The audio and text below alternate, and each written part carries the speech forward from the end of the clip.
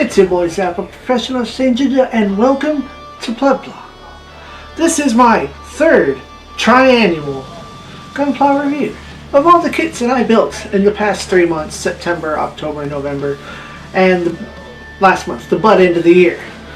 So, I have my wee tiny little piece of notes, which I wrote down throughout the year what I built, and more or less in what order.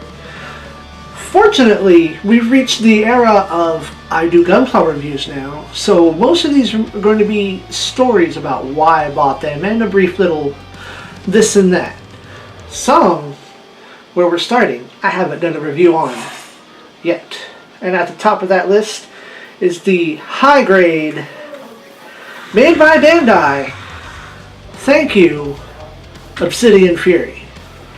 And I will do a review once I finish the other two in the set, but I built this while I was at SIEG Japan this past year. That's about mid to late September. Something about these kits I really don't like, and I'm going to experiment with the next one in line, which I'm about to start building, is the set of decals that comes with are absolutely horrible. I don't know what it is about them. They're not dry rub, they're not water slides, but they're also not the clear decals that you get on some things, like say over here you get the clear marking sticker. They're clear, but they don't really stay anywhere. Like, I managed to get a few on here, but when I started putting on the others, maybe I'm doing something wrong, but they sure as heck did not want to stick. But the full review will come but this is the first of those three Pacific Rim kits that I got. I did not get a hold of the DX version, and I hear there's a second DX version coming, and I forget what that is, of the Gypsy Avenger. Almost said the wrong one. Next up was the first of the ones that I reviewed. I believe the second. No, it's definitely not the second or third. What am I saying? It's preposterous. The Woundwort. One of the first kits that I did buy from the eBay store, The Hangar Bay. I may or not remember to put text in there. But again, I really like buying from this guy on eBay. He sends you personalized letters. Once upon a time they were handwritten. Now they come, printed, but the guy also does like wax seals with the kits, and he's got to ship them out to hundreds of people, so handwriting gets a bit tedious now that, people like Channel 2S, and I think maybe Mecha Guy Code 2 bought one from him one time. I could be remembering, and I might just be name dropping. But this is a great kit. It's very strangely shaped. It's very unfortunate that it is a Bandai exclusive for something that's completely unique. But because it was so unique, and it's got, the big crazy weapons, the big gun that turned into a giant wired claw, had to pick that up. I love gimmicks. Y'all know I love gimmicks like that. Next up, I'm not even going to pick these boys up off the table. I'm not going to touch them. But the shiniest of all the boys, all of the sumos that I managed to buy. Now, it's very strange that I took so long in my backlog, because I bought this sumo last February from a convention seller that unfortunately no longer does the convention circuit. I was lucky enough to buy a kit from them at their last con that they went to, Wayne's Comic Closet. I miss you guys. I hope you're successful in whatever it is you do. I think they still have an online shop that I need to check out, because I still want to support them if they're going to keep selling gunpla and other such merch. But that being said, no grades, shiny no grades. These are my favorite shinies. I don't like the shiny Delta. The shiny Hyakushiki is not for me. I don't like the Hyakushiki design, but that's personal opinion. Everyone's got one of those. These boys are great if you can just find these in regular no grade. If you find this, I still recommend this as one of the better shiny kits, because it's not that bad. And it holds up to this day for something made way back. and it's got some opportunities for some painting practice and color correction. Next up is the other 100 scale that I built in this time frame, the fully panel-lined Gundam Double X with G Falco. Again, I'm not going to really pick this boy up because he is very precariously balanced on the stand back here, and it was really scary to pull him back down off the shelf. For the most part, I will make sure to link all of my reviews up here in the information and the clickable notes and all that good stuff, or at least leave links in the description. But I really am proud of all the work that I did on this guy.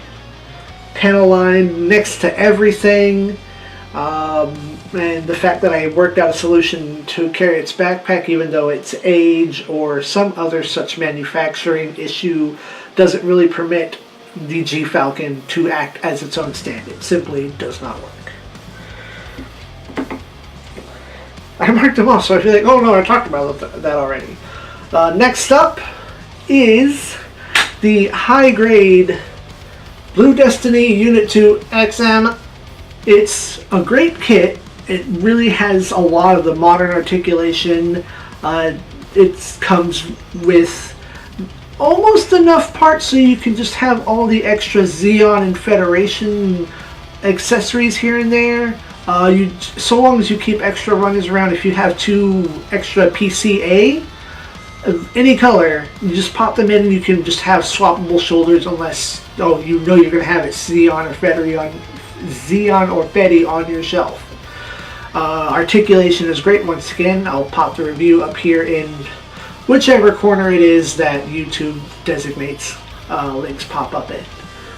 Great kit. This was probably the best thing that I found at a local hobby store. Like, we have a few of those, and now we're getting more anime stores here in Austin. But this came from an actual like hobby store. That, well, not an actual, I mean to say an older hobby store. It's more geared towards like cars, military models, and especially trains. They have like a guy that goes in there and works probably a 9 to 5, and all he does is he tinkers and fixes and probably paints model trains. Like, he has a whole like half of the store just for trains, and I kind of got stuck watching him work the day that I bought this.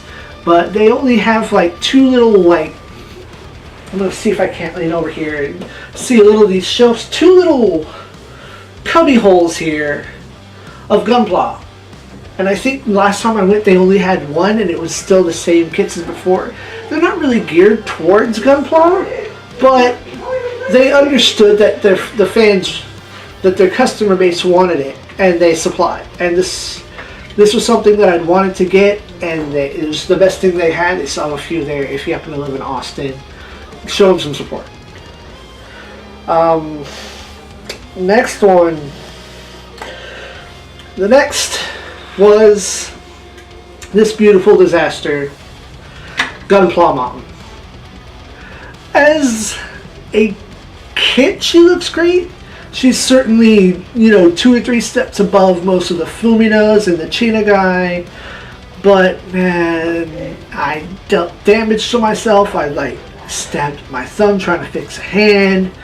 Once again, thanks go to Boomsy for supplying me with an extra hand. I have both of those hands. Well, it's the open hand. So the hands are sitting with the rest of the hands in my box.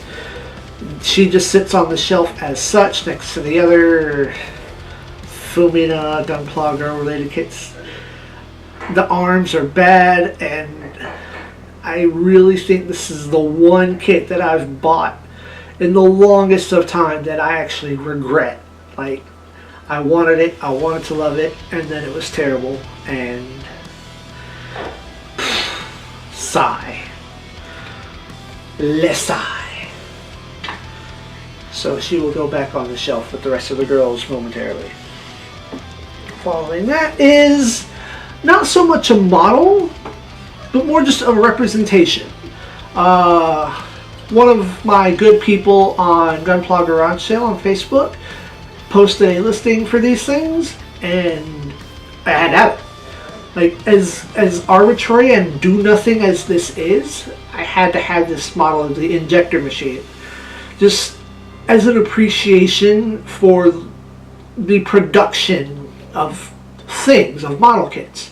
And it's something I talk about a lot, mostly to people in person, but I want to watch like the full process of like sculpting the mold, casting the mold, making the mold, watching the molds get filled and producing and taking the runners out. I want to see that whole process. Unfortunately, one of those steps is nigh impossible to do unless you have some kind of like super treated, magic, clear something so you can watch the red and the yellow get funneled into the mold and then it spreads out and shapes into everything and then goes into the machine and doesn't become a giant block of glop because you want... No, they could still do that though. It's just like, no, like, no. I ramble too much, but the injection runner machine model, I got that because of, as you heard, my appreciation for the process of making things. Just kind of flows back into my love of gunpla is the appreciation of making a thing. You made this, but then the steps that come before it goes into the box. I want to see that in person. I want a little baggie of the plastic bits from the gunpla base. I ramble. Following that is the second to last crossbow that I need to collect. Perhaps one day, maybe one day, I'll buy the P Bandai X1 Kai, but until then, the Crossbone X3. If ever there was a model that there was too much of and not enough special going on, it's these. It's everything before the X0 is the same runners. This, like, all of them are the same. And I go over it in my review. There's 3 years of runners, and not a single one of those runners is unique to the X3.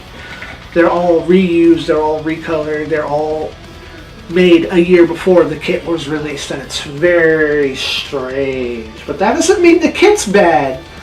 That just means that they made some very curious production decisions. And almost lastly is the first non-gunpla kit that I've bought in several years. Now I have a few on the shelf. I have a really old Raideen kit.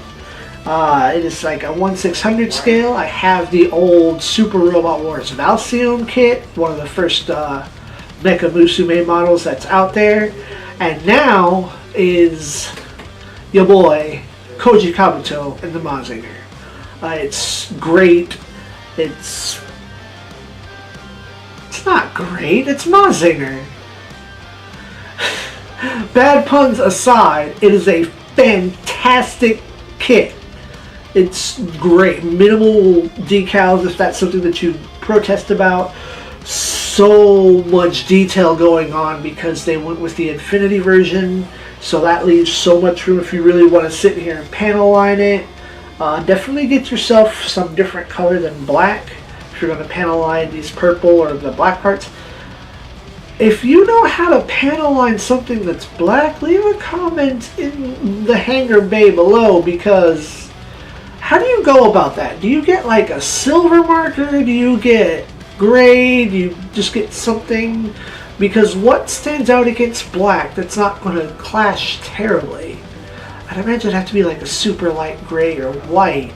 But do they make such things? I'm very curious. And lastly, the last kit that I built of the year, while I was recording our December Gunpla YouTubers podcast, is the Tiny Boy, the Bujin Gundam. I appreciate these tiny little SDs, especially when they have a neat gimmick to them. All of his armor and weapons become their own little weapon stand that stands next to him. Even the helmet fits on there, even though it's not supposed to. However, pardon me, delicious coffee, not so delicious creamer. Anyway, I built it after the podcast, set it in its box for a review, to take pictures and all that jazz. When I took it out, at least 2 of the decals were like this close from falling off, and I've had to more or less seal them all in. I use nail polish, but that's a very pleb thing to do, because I'm not going to go and paint this thing. I'm not going to panel line it, but it's a simple personal application of clear coat for keeping some stickers in, if that's your choice. Once again, that was, even though that review, if you've seen the review already, here's the link. If the review doesn't exist yet, there will be no link here, and it will be coming in the week following this. Scheduling is still a little up in the air for this month, especially when it comes to reviews of the 12 models here that I built in the last 4 months. And I think that's a pretty good pace. I think I really did average about 35, 36 models this year. I'll have to really go back and review and get the real numbers. But of everything I built this year, even this 4 months, only one was an absolute disappointment, and that's just because the building process was more of a disaster than the model itself. Sorry, gunpla, Mom. Anyway, stay tuned, because every Wednesday will continue to be mecha and gunpla related videos.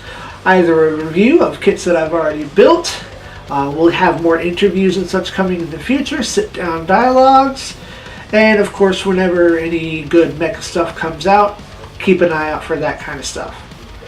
Thank y'all for tuning in to Access Communication and Entertainment. We're coming up on 1 year, and I appreciate every single one of your views, your comments, and your subscriptions. I don't like saying it, but as the graphic says, like, Char, subscribe, and as always, SIEG ZEON.